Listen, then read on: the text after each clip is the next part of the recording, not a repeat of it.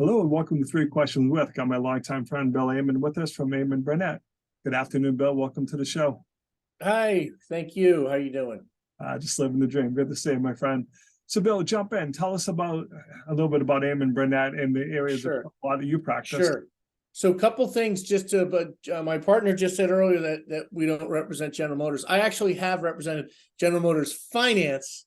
So we'll do that. And just to pick up on that, and we have, and Santander and Ford Credit or whomever, So I've got a creditor side background in bankruptcy, largely. When it comes to consumer, I've done a lot of work for big bad servicers. I've used to do a lot of foreclosure work. We'll do foreclosures, but it's not what we like to do. We'll do them. We can handle them. We're well versed in it, knowledgeable in it.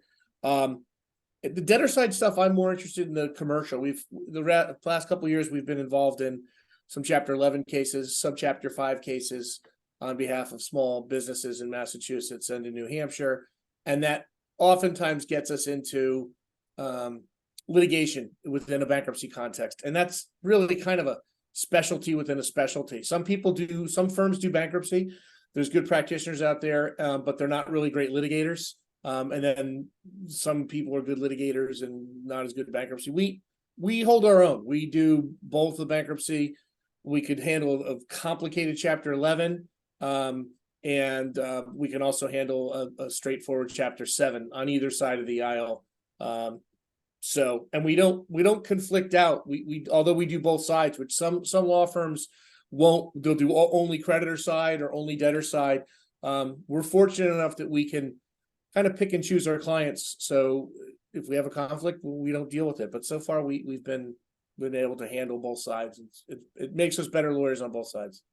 Bill, can you just take a step back and explain the difference between the creditor and debtor side for those people who may not be aware of the difference? Creditor is someone that is owed money, and a debtor is someone that owes it. So, whether it's a business or we're all debtors, right? We have credit cards or we owe a mortgage, something, and hopefully someone owes you money. That's good.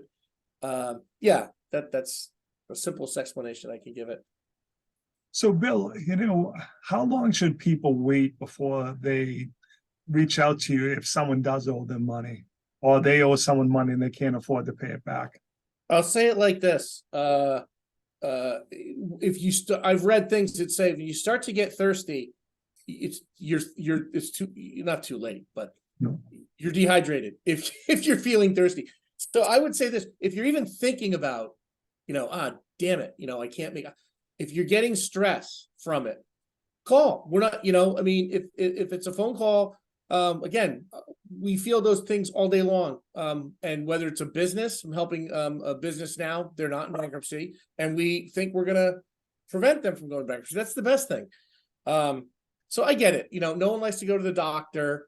Like Patrick was saying about, trying to be pragmatic and resolve things. I always say everyone thinks they're reasonable. No one thinks they're ugly. There's certain things that, and we get that. And it's not our role to talk someone out of litigation if they really have a good case and they want to do it. And we can do that. We can go toe to toe. We can litigate, and that's fine. But we're very pragmatic. And that's just, none of us try and force our personal opinion on our clients. That would be obnoxious and unwanted. But a lot of times they'll ask us, and I'll say, hey, it's tough to see when you're involved in it, whatever it is, and it is. So that's where we kind of play the role as a counselor. We might say, look, this is your call and it's your money and it's your risk and your time. But how much do you want to deal with this crap for $2,500, for instance, or something like that? Yep. But I liked your first comment about, are you losing sleep over this? Are you stressed? Yeah. Because I've had people on both sides where someone owes them money and they're like, geez, I can't pay my crew because I didn't get paid. And I get people like, geez, they're calling me 24 hours a day because I owe them money and I just don't have the money to pay them. Yeah, there's always a solution, there's always a solution. Sometimes there's a legal solution. I've told people, you don't need a lawyer, you need a bunch of money. That's, they don't like to hear that, but but it might as well know, like, it's legally not really a problem.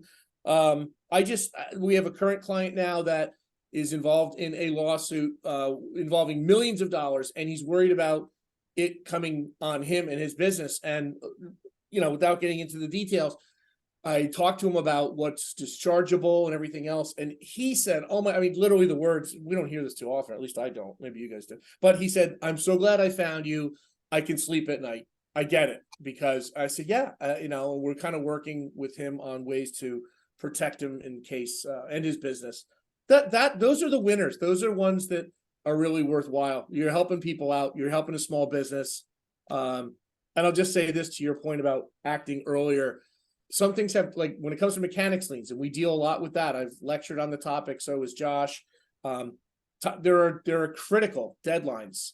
So there's nothing worse than talking to someone that's in the construction industry and finding out, oh yeah, when was that? Oh, it was 6 months ago. And you say, you're screwed. You won't get a mechanics lien. We could go get a different, regular lien. So like I said, if you're thinking about it, we're free to talk to. You can get in touch with us. If it's a 5-minute call and you don't like us, so hang up. There's no downside to it. It's the toughest part is making the call or sending the email. And like I said, we're judgment free. Whatever's going on, we deal with that all the. And I tell people this too. No one, unless you're really screwed up, no one wants to work with lawyers, and it's personal. But it means unless you won the lottery. Usually it means you have a problem. And so I get that. So we're in a unique spot where we're trying to help people through a problem. I think I'm funny. I might not make. Kevin thinks I'm funny. I know he does. Yes, I do. I always have. But he does. But no, and in all seriousness, it's life. Life is short. This is my personal philosophy. We'll get through this. We'll give you advice. That's what we do. Yeah. And then the last thing, I know I'm probably going over. I've worked in big firms. I've worked in Boston. I know Josh worked in a big firm. And there's very fine, good people at firms, but we're set up the way we're set up. We'll probably expand a little bit more, not in our waistlines. We're trying to not do that, but we'll probably grow the firm a little bit more. But we're always going to be accessible, pragmatic, down to earth.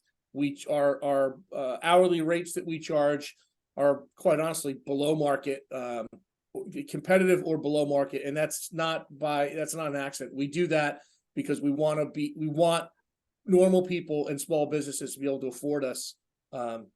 So that's my pitch. All right, Bill, what's the best way for people to reach out to you? How can they get in touch?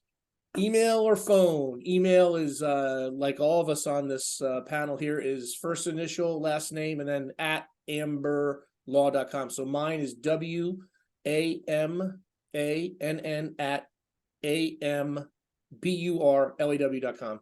And then my office phone, 603-696-5404. And I'll throw my cell phone out there so you can, stalk me at night. It's 603-998-0033. Awesome, Bill. I appreciate you taking a few minutes to come on the show, and thanks for always making me laugh.